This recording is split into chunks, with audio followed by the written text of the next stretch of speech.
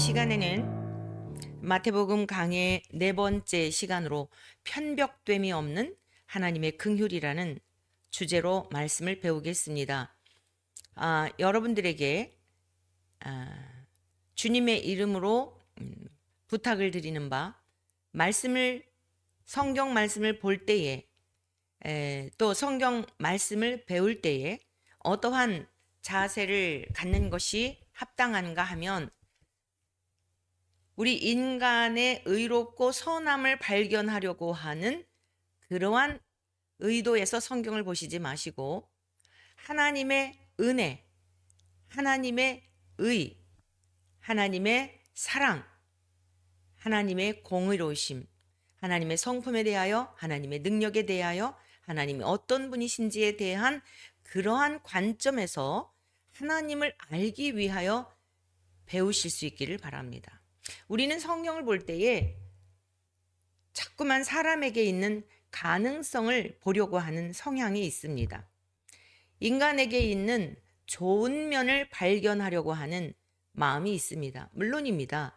우리가 하나님의 본래적 형상이 깨어지긴 하였지만 훼손되었으나 깨어졌으나 그 본질의 일정한 부분들이 아직도 우리에게 남아있는 것은 사실입니다. 언젠가 제가 여러분들에게 예를 드렸던 기억이 나는데요. 에베소서 강의할 때 예를 드렸던 기억이 나는데, 자, 제가 지금 이 컵이라고 하는 이 크리스탈이라고 하는 소재가 있습니다.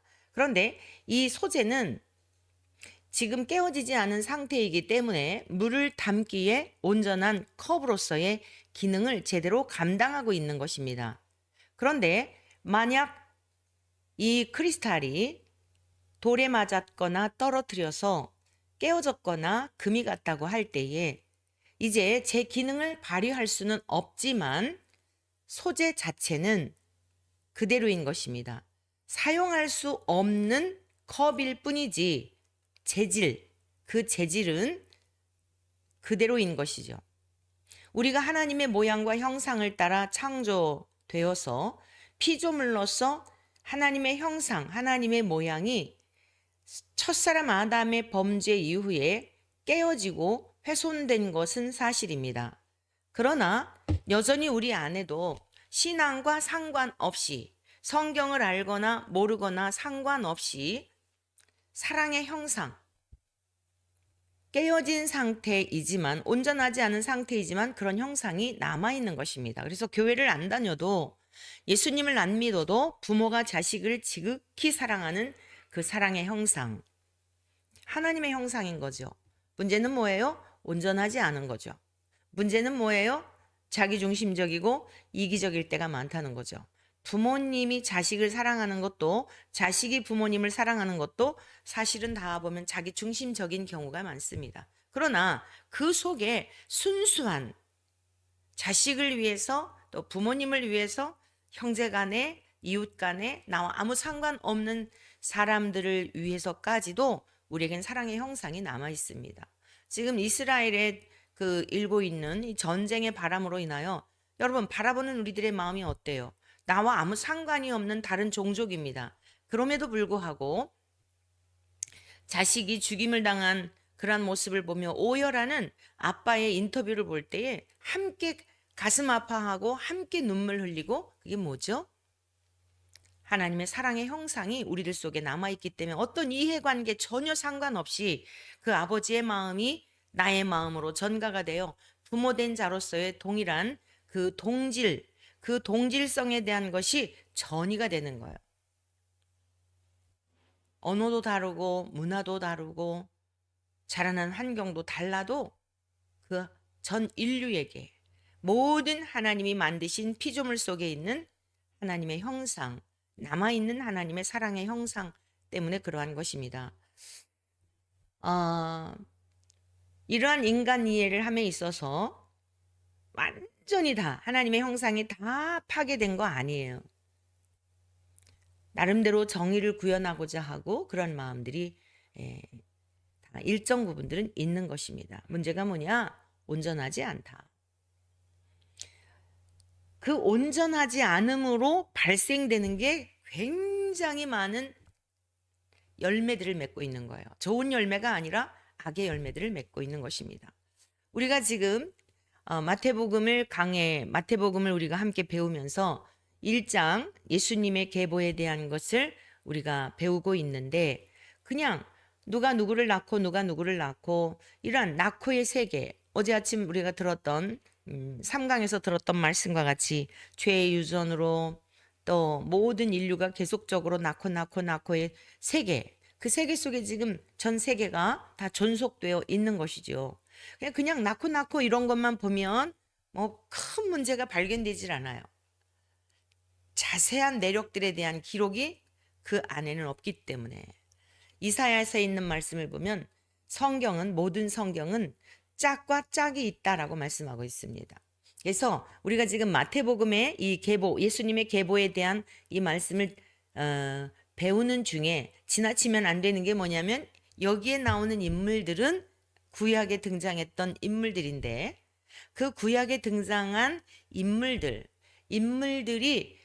이 성경에 기록될 만큼 이렇게 엄청난 영광을 누리고 있지만, 깨어진 하나님의 형상으로 인하여서 그들이 어떠한 삶의 여정 가운데 놓여졌었는지, 그리고 하나님이 그들에게 베푸신 은혜가 어떠했는지, 우리가 이 말씀을 통해서 하나님의 자비와 하나님의 사랑과 하나님의 긍휼과 그 하나님의 성품은 지금까지 인류가 역사가 계속되는 동안 변함없이 우리들에게까지도 그 사랑과 하나님의 긍휼과 하나님의 자비하심은 흐르고 있다. 이것을 우리가 배우자는 것입니다. 오늘 이 시간에는 마태복음 1장 4절에서 6절 말씀을 함께 살펴볼 것인데, 특별히 이 시간에는 라합에 관하여 우리가 좀 더 깊이 살펴보도록 하겠습니다. 자, 마태복음 1장 4절에서 이렇게 기록되어 있죠. 람은 아미나답을 낳고, 아미나답은 나손을 낳고, 나손은 살몬을 낳고, 살몬은 라합에게서 보아스를 낳고, 보아스는 룻에게서 오벳을 낳고, 오벳은 이새를 낳고, 이새는 다윗 왕을 낳으니라. 아브라함과 다윗의 자손 예수 그리스도의 계보라, 이렇게 기록된 말씀 속에 다윗 왕이 태어날 때까지의 내력을, 자, 유다가 다말을 통해서 베레스를 낳게 되죠. 그 유다와 다말은 시아버지와 며느리의 관계였다. 우리가 어제 아침 배웠어요. 역시 그들에게도 정상적인 관계를 통해서 지금 태어난 후손이 아니에요. 그런데 하나님의 은혜를 입었고 하나님의 긍휼하심을 입어서, 자, 죽임을 당해야 할 다말이 아버지를 유혹해가지고 생명을 얻게 되죠. 그런데 죽임을 당하지 않아요. 죽임을 당하지 않았던 이유가 뭐예요? 당대의 그 법, 형사 취수 제도의 그 법을 준수하려고 하는, 목숨을 내놓고 그 법을 준수하고자 하는 다말이 하나님의 긍휼하심을 입은 거예요. 우리의 삶에 있어서 생명을 얻게 되는 것은 무엇이냐? 하나님의 말씀을 붙드는 것 외에 없어요. 말씀대로 믿는 거예요. 자, 오늘의 말씀, 이제 우리가 라합에 관한 말씀을 배우게 될 텐데, 사람들이 그런 얘기를 하죠. 밀양이라고 하는 영화가 한동안 상당한 반향을 일으켰어요. 그 반향이라고 하는 것은 긍정적인 반향이 아니었고요. 기독교에 대해서 매우 폄훼되는 그러한 내용의 영화였던 것으로 기억이 되는데, 자, 그 주인공의 딸을 죽인 살인자가 감옥에서 이제 성경을 읽던 중인지 누구에겐가 전도를 받아서 하여간 하나님이 자기의 죄를 용서해 줬다. 그런데 전도연이라는 이 여인이 용서를 해주려고 갔는데, 자기가 용서하기 전에 먼저 하나님으로부터 그 죄인이, 딸을 죽인 그 죄인이, 아니, 내가 용서하지를 않았는데, 피해자인 내가, 당사자인 내가 용서를 하지 않았는데 하나님으로부터 먼저 용서받았다라고 하는 그 당당함 속에 너무 환멸을 느끼게 되죠. 그리고 이제 돌아와서 대략 그런 내용이었던 것 같은데, 인간의 관점에서 보면 이해가 안 되는 거예요. 여러분, 인간의 상식으로 보면 어떻게 저렇게 뻔뻔할 수 있을까라는 생각을 할 수밖에 없어요. 하나님의 나라의 관점에서 보지 아니하면, 여러분 물론 그것은 그 작가에 의해서 정말 참된 진리와 복음에 대한 것이 왜곡된 부분도 있어요. 정말 하나님 앞에 사죄하고 회개하고 그랬다고 한다면 그렇게 당당할 수 없죠. 그리고 그렇게 은혜를 입고 용서를 받았다 할지라도 그 피해를 입은 여성, 사랑하는 아이를 잃은 그 여성이 왔을 때 그럴 수가 없는 거죠. 낯을 들 수가 없는 거죠. 정말 회개했다고 한다면, 참된 복음으로 말미암아 회개했다고 한다면 그렇게 뻔뻔할 수가 없는 겁니다. 늘 마음 한켠에는 하나님으로부터 죄 용서받은 것에 대한 사죄함을 받은 것에 대한 감격과 은혜, 감사한 마음이 있지만 한켠으로는 늘 짐진 마음을 가지고 또 내 안에 일고 있는 죄악과 싸워 피 흘리기까지 싸우면서 거룩한 삶을 살아내야 하는 게 그게 진정한 그리스도 안에서 용서받은 자의 삶인 거예요. 뻔뻔하게 하나님이 나 용서해 주셨습니다. 그럴 수가 없는 것이죠. 용서받은 감격이 있어도 그 연이 찾아왔을 때 정말 죄송합니다. 죽어 마땅하고 내가 사형을 받아도 마땅한데 정말 뵐 면목이 없습니다. 그래야 하는 거죠. 자, 그래서 우리가 성경을 볼 때 인간의 어떤 좋은 점, 인간의 어떤 선한 면, 이것을 나타내려고 기록한 책이 아니라 인간은 이러하지만 하나님은 이렇게 선한 분이시다. 의로운 분이시다. 인간에겐 가능성이 전혀 없는데 하나님의 은혜로 말미암아 구원을 받았다. 하나님이 구원을 베푸셨다. 이런 관점에서 성경을 보아야 정말 여러분들이 하나님의 깊은 은혜와 사랑에 젖어 이 땅에서도 하나님의 나라를 누리며 살아갈 수 있는 것입니다. 자, 이제 이 말씀을 중심하여서 마태복음 1장 4절에서 6절에 다윗 왕의 계보 가운데 나타난 성경에 등장하는 5명의 여인이 있어요. 여인들, 이 당대에 지금 마태가 이 성경을 기록할 당시만 하더라도 여인들은 사람의 수에 들지도 않았고요. 계수할 때, 사람의 숫자를 셀 때에 여인들은 사람의 수를 계수하지도 않았습니다. 뿐만 아니라 이방인들은요, 사람의 대접을 하는 그러한 존재가 아니라 짐승과 같이 취급되었던 그러한 정서 속에서 5명의 여인을 등장시키고 있어요. 특별히 기생이라고 하는 이 여인은, 라합이라고 하는 이 여인은 기생이었습니다. 우리나라도 그렇지만 유대인들에게 있어서도 이러한 기생이라고 하는 이런 업을 가지고 있는 여인은 굉장히 천하게 여김을 받았고 이방인인데다 여성인데다 기생이었어요. 근데 어떻게 유대인의 그 수에도 계수가 되지 않는 유대인의 수를 계수할 때에, 그래서 오병이어에 보면은 장정의 수만 5천 명을 성경에서 기록하고 있잖아요. 근데 어떻게 예수님의 족보에 오를 수 있었을까? 마태는요, 유대인들이 자랑거리로 삼고 있는 아브라함과 다윗 왕을 소개하면서 예수님에게 이르기까지 조상들이 어떠한 사람이었는지를 일깨워주고 있는데 의도가 무엇일 것 같아요? 예수님은 선한 것이 전혀 없는 인생들을 부르시고 하나님의 긍휼과 자비를 베푸셨다라고 하는 것을 드러내고 있는 것입니다.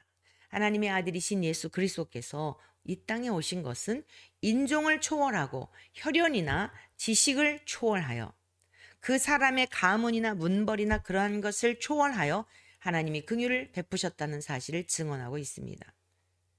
그 예수님의 족보에 오른 라합에 관한 기사는 여호수아 2장 전체에 기록되어 있고요.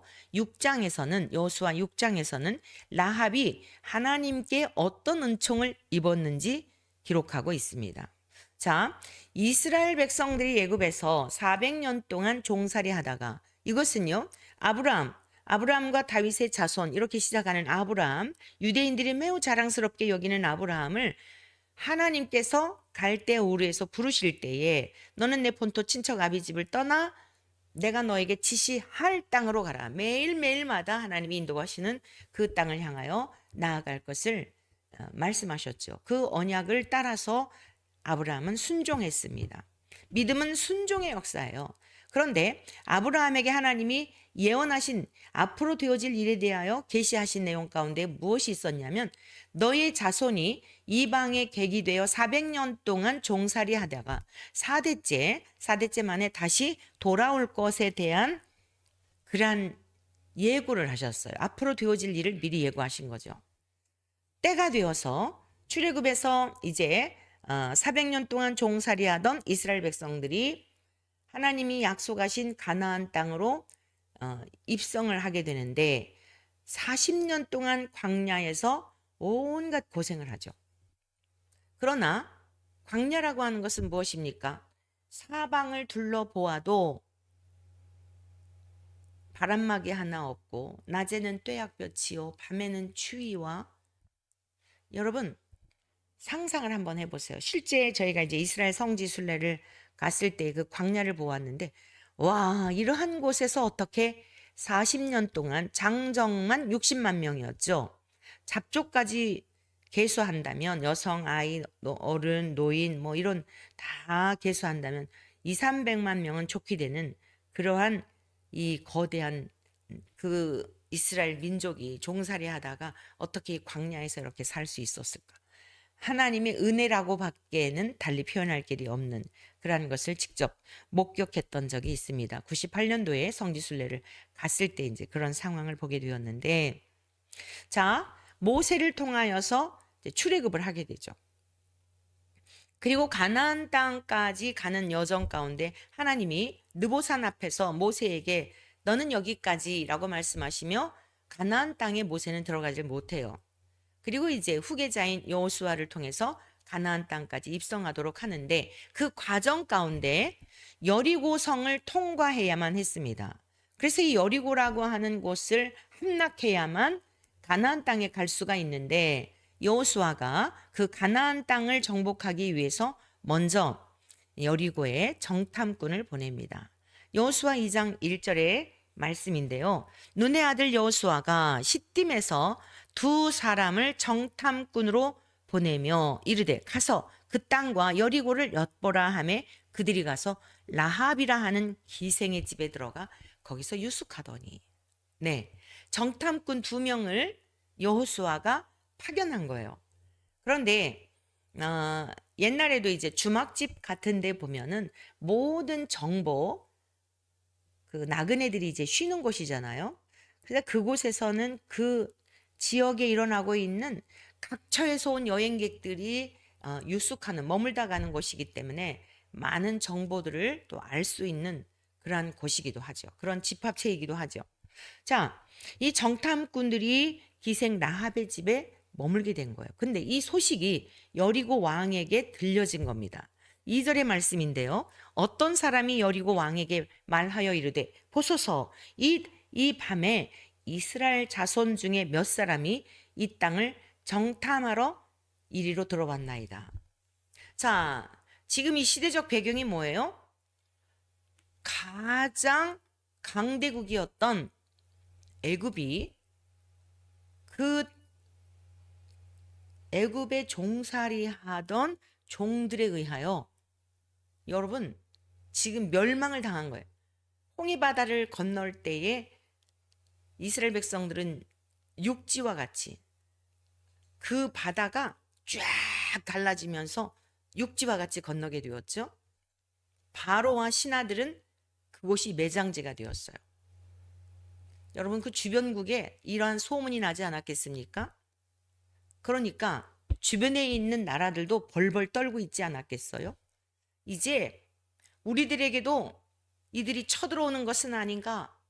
약소민족이요 종들이었고 별 볼 일 없는 그들이었는데 당대의 제국을 무너뜨리고요.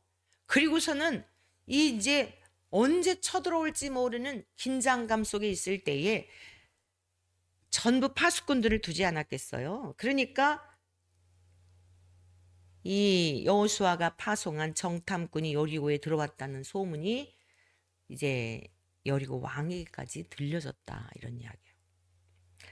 여리고 왕은 가만히 있을 리가 없죠. 이거는 우리나라를 이제 침략하겠다는 뜻인데 어떻게 가만히 있겠어요? 3절의 말씀입니다. 여리고 왕이 라합에게 사람을 보내어 이르되 내게로 와서 내 집에 들어간 그 사람들을 끌어내라. 그들은 이 온 땅을 정탐하러 왔느니라. 자, 라합을 한번 볼까요?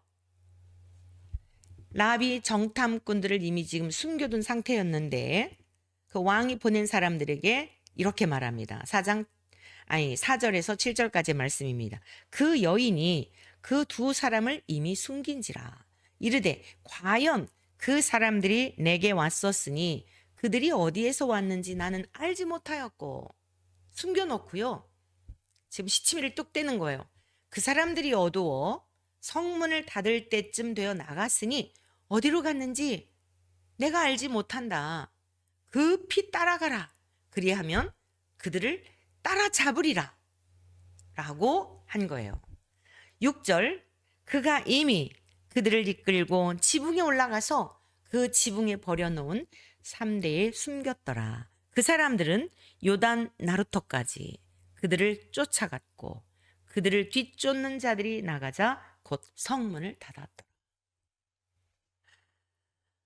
여러분, 라합의 마음이 어떠했을지 한번 여러분들이 그 정황 속에 라합이 되어 보십시오. 심장이 쿵쾅쿵쾅 뛰고, 여러분 그 지금 여리고 왕이 여리고를 정탐하러 온 두 정탐꾼을 라합이 숨겨둔 것을 이렇게 따돌렸을 때에 이 사실이 발각되면 어떻게 되죠? 죽는 거예요. 여러분, 라합만 죽을까요? 멸족당하는 거예요. 반역하는 것과 같거든요. 기가 막힌 거예요. 이 상황 자체가. 그런데 하나님께서 라합에게 지혜를 주셔서 정탐꾼들을 안전하게 보호하도록 라합을 사용하신 거예요. 하나님께서 라합에게 담대한 마음도 주셨고, 어떻게 해요? 왜죠? 하나님의 구원의 역사를 이루시고자 라합을 쓰신 거예요. 라합의 그 담대함, 하나님이 그와 함께 하셨기 때문이에요. 라합이 누구라고요? 이방 여인이에요. 뭐 나면서부터 하나님에 대하여 들은 그런 사람 아니에요. 다만 주변에 일어나고 있는 일들, 이 기생으로서 이제 그 주막집을 운영하면서 나그네들을 통하여 들려지는 여러 가지 이야기들을 통하여 예사롭게 듣지 않은 거예요. 여러분, 믿음은 들음에서 납니다. 우리는 지금 수많은 정보 속에 살고 있어요. 무엇을 들으며 사느냐가 굉장히 중요해요. 믿음은 들음에서 나며 들음은 그리스도의 말씀으로 말미암느니라.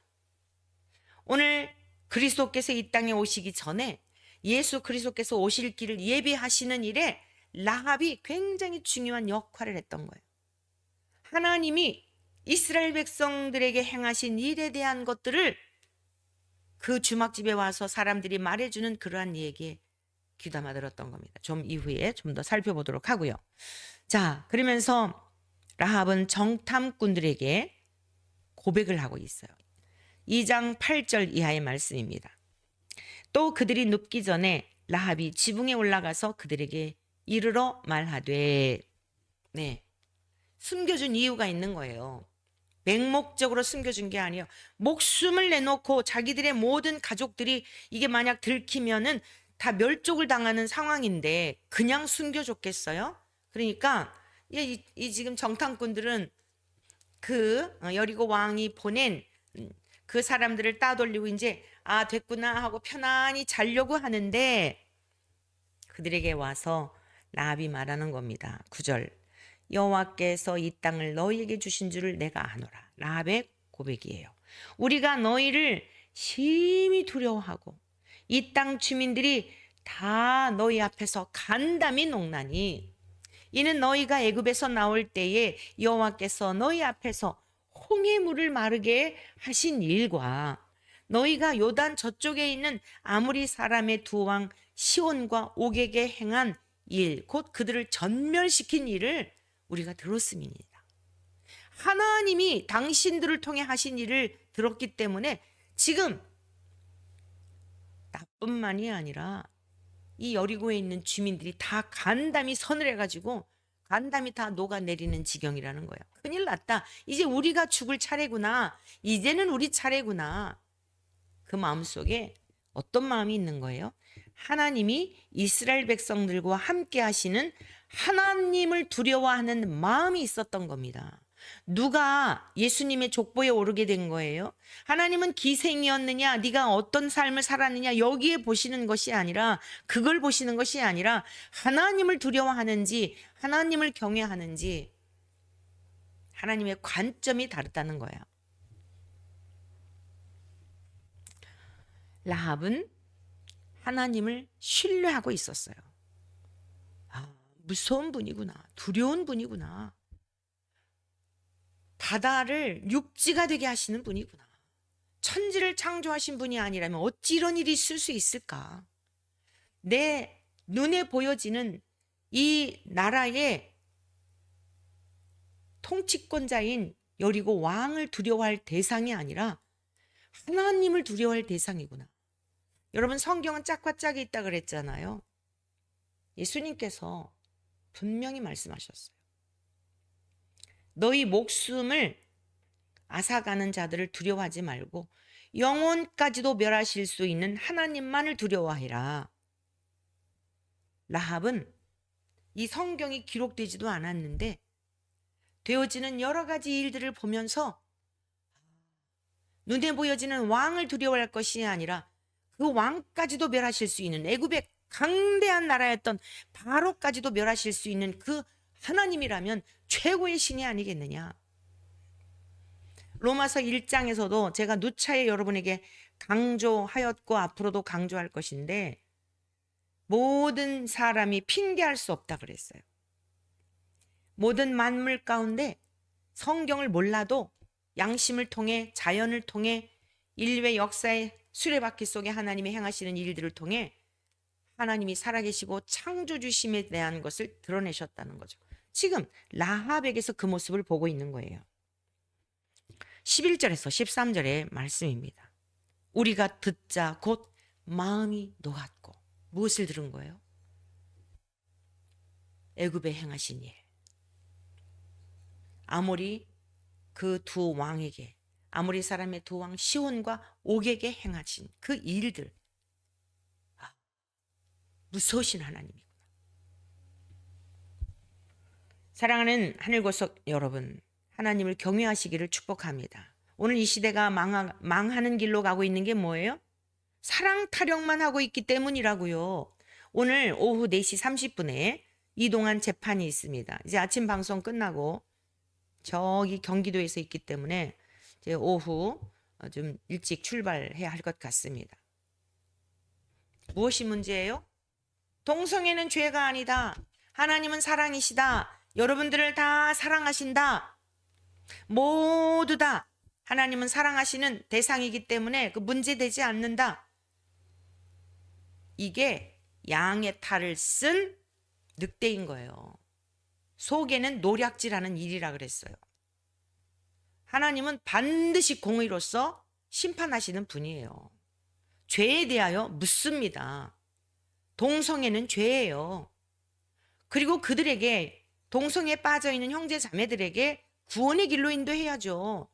당신들이 잠시 잠깐 어떤 연유에서든지 일탈을 했다 할지라도 여러분의 양심이 말하지 않습니까? 떳떳하지 못하다는 것은 성경을 모를지라도 양심을 통해서, 하나님이 주신 양심을 통해 찌르고 괴로운 것은 그러한 삶을 살지 말라고 하는 것이기 때문에 동성애의 길에서 돌아서야 합니다.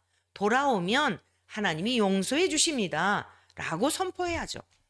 돌아오면, 그 삶을 청산하고 돌아오면 당신들도 용서를 받고 건강하게 하나님 앞에 이 땅에서도 자유를 누리며 살아갈 수 있습니다. 창조의 질서대로 이성애자로서의 그런 삶을 하나님이 예비해 놓으신 풍성한 삶을 살 수 있습니다. 그 길로 인도해야죠. 보세요. 라합이 고백합니다. 우리가 듣자 곧 마음이 녹았고 동성애자들에게 진리대로 가르쳐 줬을 때에 이러한 것이 하나님을 대적하는 것이구나. 마음에 하나님 두기를 싫어하는 인간의 그 하나님을 대적하는 절정이 바로 이러한 것들로 나타나는 것이구나 라고 생각하면서 마음이 녹고 정신을 잃을 정도로 하나님이 두려우신 분이구나 라고 하는 것, 목사가 해야 할 일이 바로 그거예요. 들었단 말이야. 우리가 듣자 곧 마음이 녹았고 너희로 말미암아 사람이 정신을 잃었나니, 야, 우리가 이제 죽을 차례구나. 우리 나라가 망할 차례구나. 너희의 하나님 여호와는 위로는 하늘에서도 아래로는 땅에서도 하나님이시라. 할렐루야. 여러분, 하나님은 이거 하나 바라보시는 거예요. 네가 기생이었느냐, 네가 시아버지를 유혹했느냐, 그것 보시는 게 아니라 그 마음속에 생명을 사랑하느냐, 하나님의 법을 준수하는 거기에 목적을 두고 살아가느냐. 여러분, 그리하면 정도를 가게 되는 거예요. 그때부터 바른 길을 가게 되는 거예요. 옛 생활을 다 청산하고.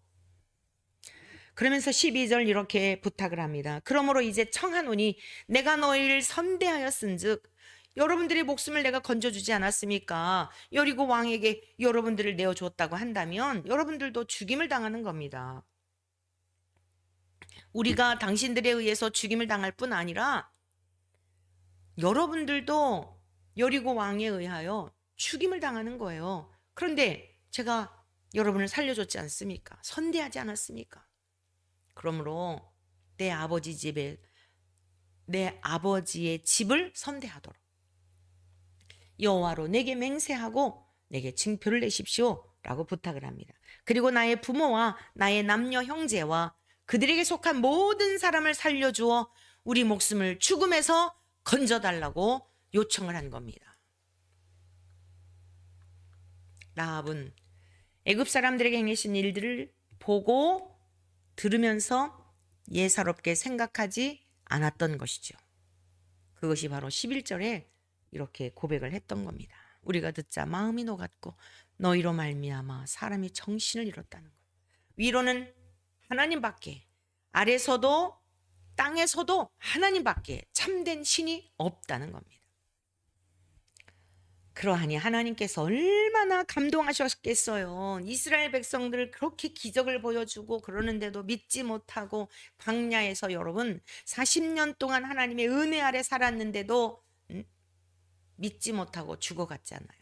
그런데 이방 여인인 이 여인이 주변에 일어나는 일들을 보고서 그 행하신 일들을 듣고서 소문을 듣고서 이렇게 믿음을 가졌으니, 누구에 대한 믿음이요? 하나님에 대한 믿음을 가졌으니, 하나님은 사랑이시고 긍휼하신 분인데 이방 여인이었든지 기생이었든지 상관없는 거예요. 여러분, 이것이 하나님의 마음이고 하나님의 본심이고 하나님의 성품인 것을 믿으시기를 축복합니다.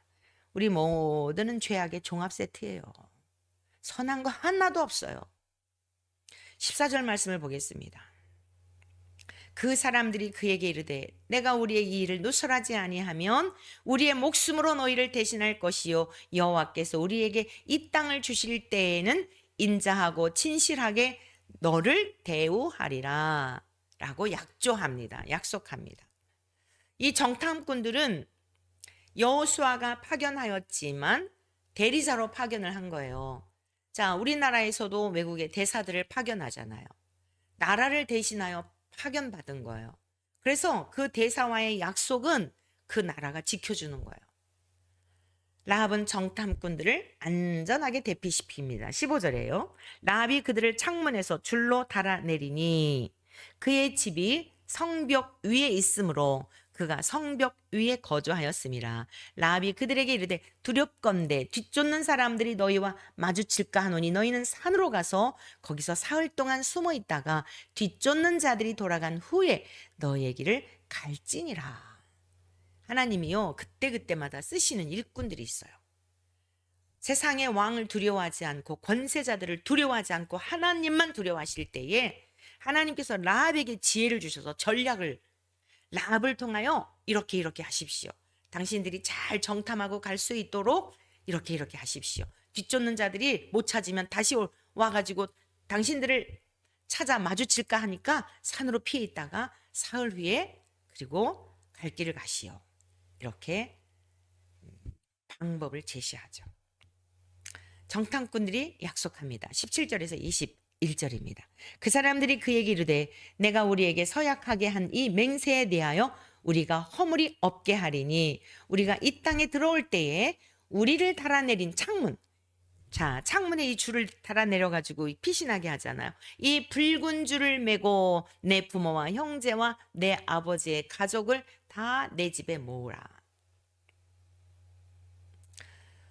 누구든지 내 집 문을 나가서 거리로 가면 그의 피가 그의 머리로 돌아갈 것이요. 우리는 허물이 없으리라. 그러나 누구든지 너와 함께 집에 있는 자에게 손을 대면 그의 피는 우리의 머리로 돌아오려니와 내가 우리의 이 일을 누설하면 내가 우리에게 서약하게 한 맹세에 대하여 우리에게 허물이 없으리라 하니 라합이 이르되 너희의 말대로 할 것이라 하고 그들을 보내어 가게 하고 붉은 줄을 창문에 매니라. 약속의 표식이었어요. 자, 이스라엘이 여리고를 쳐들어올 때에 어떤 집인지 모르잖아요. 그러니까 라합이 지금 목숨을 내놓고 정탐꾼들을 살려준 거예요. 목숨을 내놓고 보호해 준 겁니다. 그 창문에 이렇게 달아내려서 이제 도피하게 될 때에 그 붉은 줄이 이스라엘이 여리고를 쳐들어올 때에 징표가 되어서 그 붉은 줄을 보고 그 집 안에 있는 라합에게 속한 모든 사람들을 안전하게 보호해 주겠다는 겁니다. 그러나 조건이 있는데 그 집에서 나가면 우리는 상관이 없다는 거예요. 여러분, 다말은 어땠어요? 다말은요, 도장과 끈과 지팡이, 담보물이 있었잖아요. 약속의 징표가 있었잖아요. 표식이 있었다고요. 자, 라합에게도 붉은 줄이 있었어요. 자, 무엇을 말하는 거죠? 오늘 이 시대는 우리들에게 약속의 그 징표가 뭐예요? 붉은하니까 딱 떠오르는 거 있죠? 여러분들이 이 아침 방송을 사모하면서 듣는 분들은 이미 제가 해석하기 전에도 그리스도의 보혈을 상징하고 있구나, 예표하고 있는 거예요. 구약의 많은 말씀들은 이렇게 방향을 가리키고 있는 거예요. 그 산티아고에 가게 되면은 노란 화살 표시가 있다 그러죠. 계속 길을 가는데 그 화살표 방향을 따라서. 구약의 말씀은요, 계속 이렇게 방향을 가리키고 있는 거예요. 창세기에서부터. 아담이 범죄하여 하나님이 명하신 말씀을 불순종하여 선악과 열매를 먹었죠. 그러고 나니까 눈이 밝아졌어요. 영적인 눈은 어두워지고 육적인 눈이 밝아져서 보이지 않던 게 보이는 거예요. 상대방의 허물이 보이는 거예요. 상대방의 벌거벗은 수치가 보이는 거예요. 왜 상대방이 보여요? 여러분, 무엇부터 보였냐면 생식기를 가리게 돼요. 생식기. 자기의 모습도 보이게 되고 상대방도 보이게 돼요. 무화과나무 잎을 엮죠. 그것을 엮어서 수치를 가리는 거예요. 어디를 가려요? 생식기를 가리는 거예요.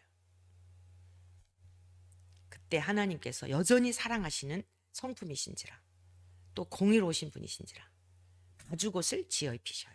가죽옷은 어디서 도출되는 거예요? 양의 생명, 어떤 타자의 생명이 희생을 당하고 얻어지는 결실물이에요. 그것을 통해서도 이렇게 방향을 예표하고 있는 거예요. 그것을 또한 세례 요한이 해석하죠.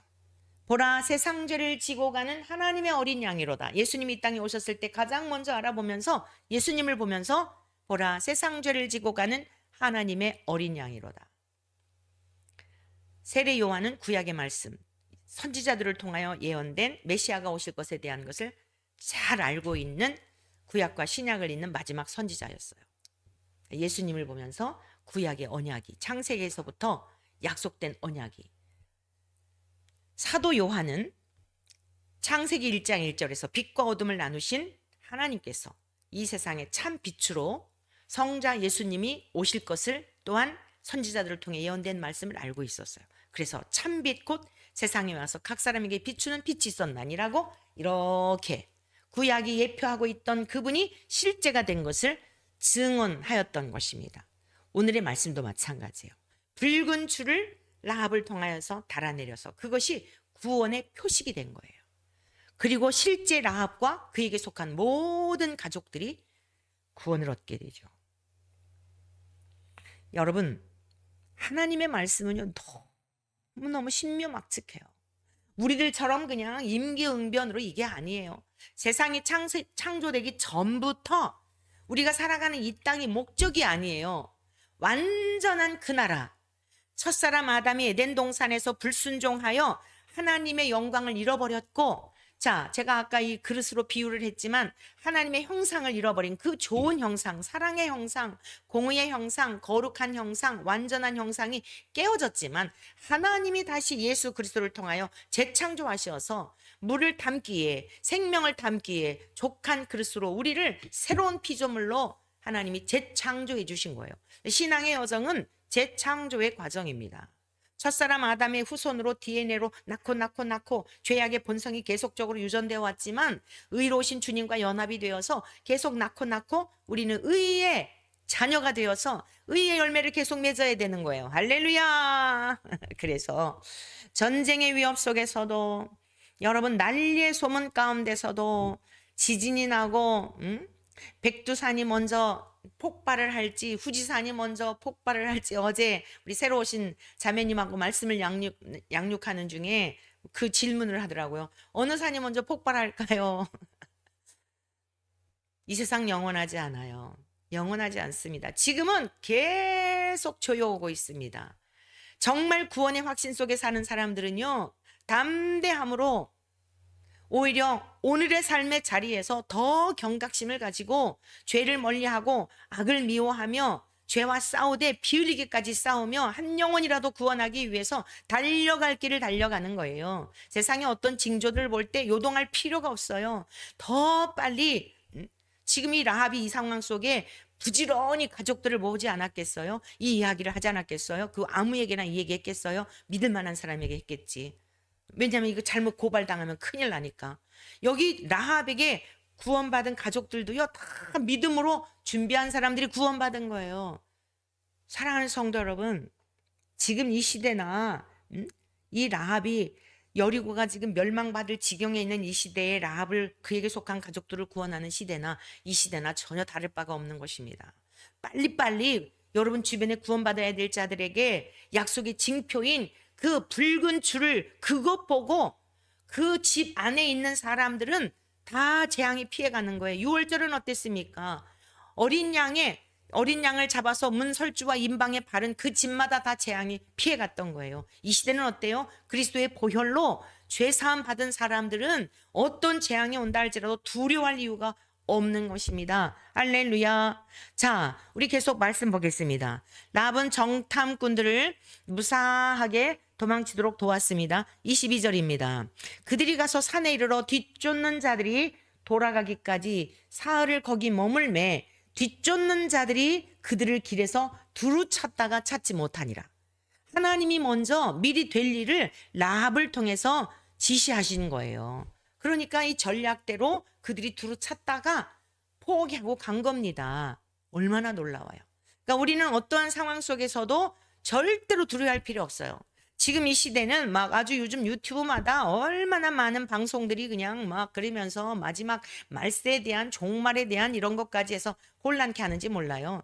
하나님의 말씀으로 준비한 자들에게는 두려워할 일 전혀 없어요.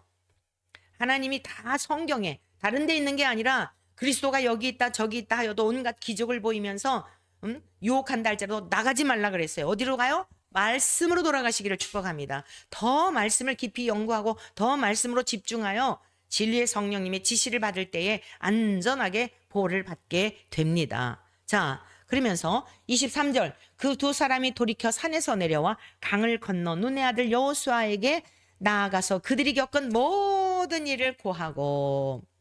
하나님은 공의로우십니다.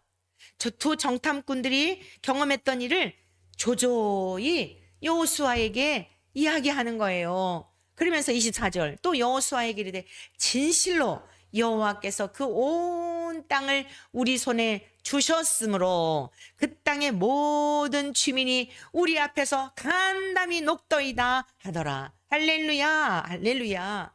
여러분, 이전에 정탐꾼들 12명의 각 지파에서 보냈던 12명의 정탐꾼들은 어땠죠?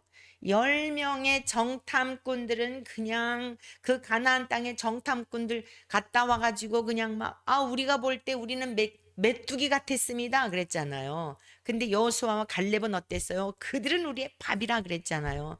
그래서 그 10명의 그 와가지고 악담을 하고 악평을 한 사람들은 한 사람도 못 들어가고, 그리고서는요 여호수아와 갈렙만이 아닙니다. 하나님이 우리와 함께 하시면 능히 감당할 자가 없습니다. 여러분 이 두 사람만 보냈어요.